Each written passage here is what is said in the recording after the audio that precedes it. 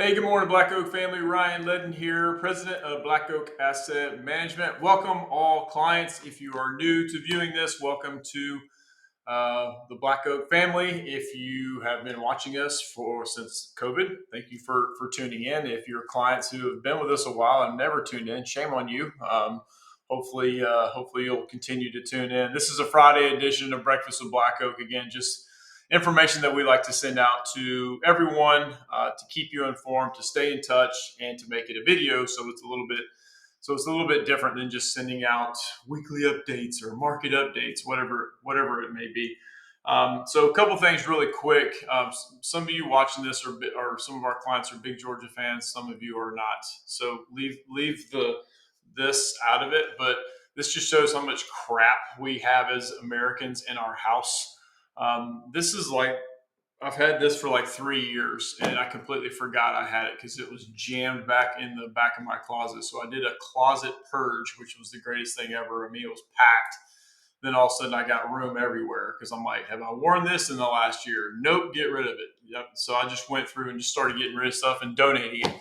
I'm like, someone else can use this and I can't. This was just crammed in the back of the closet. You guys know, if you don't know, I'm a big Georgia guy. I graduated from Georgia.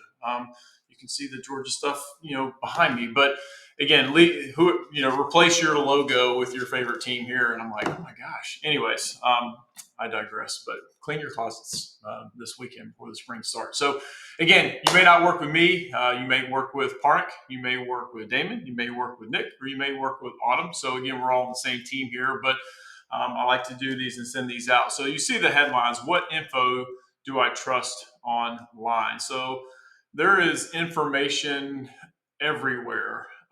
But what is the wisdom? What pertains to me or you as clients of Black Oak?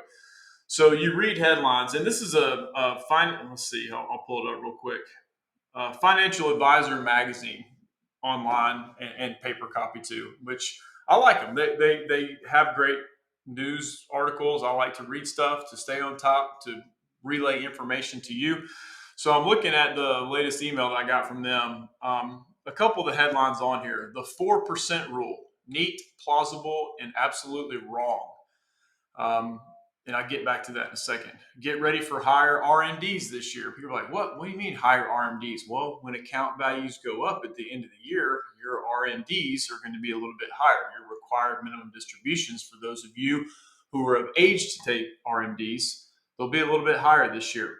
3 myths about investing for retirement. Again, they always like to give numbers like lists, which I agree with. It's something that we can read and digest and kind of go bullet point by bullet point, and then using guardrails for the 4% rule. So you have 2 articles that mention the 4% rule. And really quick, if you don't know what the 4% rule is, you take your nest egg in retirement, and a safe withdrawal rate to pull out of that nest egg is a 4% ish withdrawal rate, and it should kind of keep that nest egg somewhat in place. There's going to be years where it goes a little bit down. There's years where it's going to go up, but 4% is the quote unquote safe withdrawal rate. So Google 4% rule, and you'll get God knows how many websites to look at.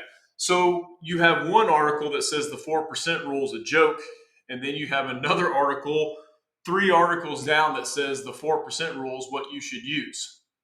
So it's like, oh my gosh, am I doing it wrong? Am I doing it right? So this is why I don't, again, stay informed and get ideas, but it doesn't pertain to you. You may be withdrawing exactly 4%.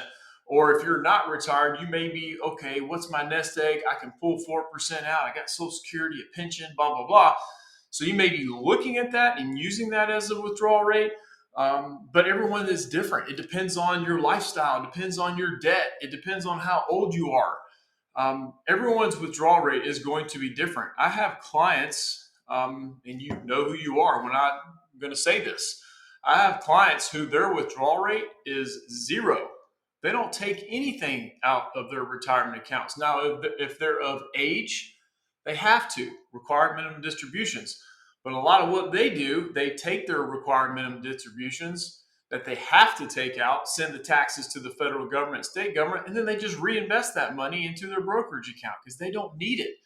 So are they doing something wrong? Absolutely not. They're not doing anything wrong. their lifestyle is not crazy. They have probably zero debt, and they live within their means. And these are people that don't have pensions. I can think of several clients that don't have pensions. They had two pretty good Social Security incomes, but their lifestyle is not crazy, and they got zero debt. So their withdrawal rate is zero. Some of you, your withdrawal rate is going to be higher. If you don't, if you're working full time up until 70 or 75, you can probably be much higher than a 4% withdrawal rate because your life expectancy is only so long. So there's just so many different factors. So that's why great Financial Advisor magazine is great. They're awesome, but then you get two headlines. So no wonder why things are confusing. But I guess it's kind of a shameless plug that's why you hired us. We're here to help you figure that out. What is your withdrawal rate?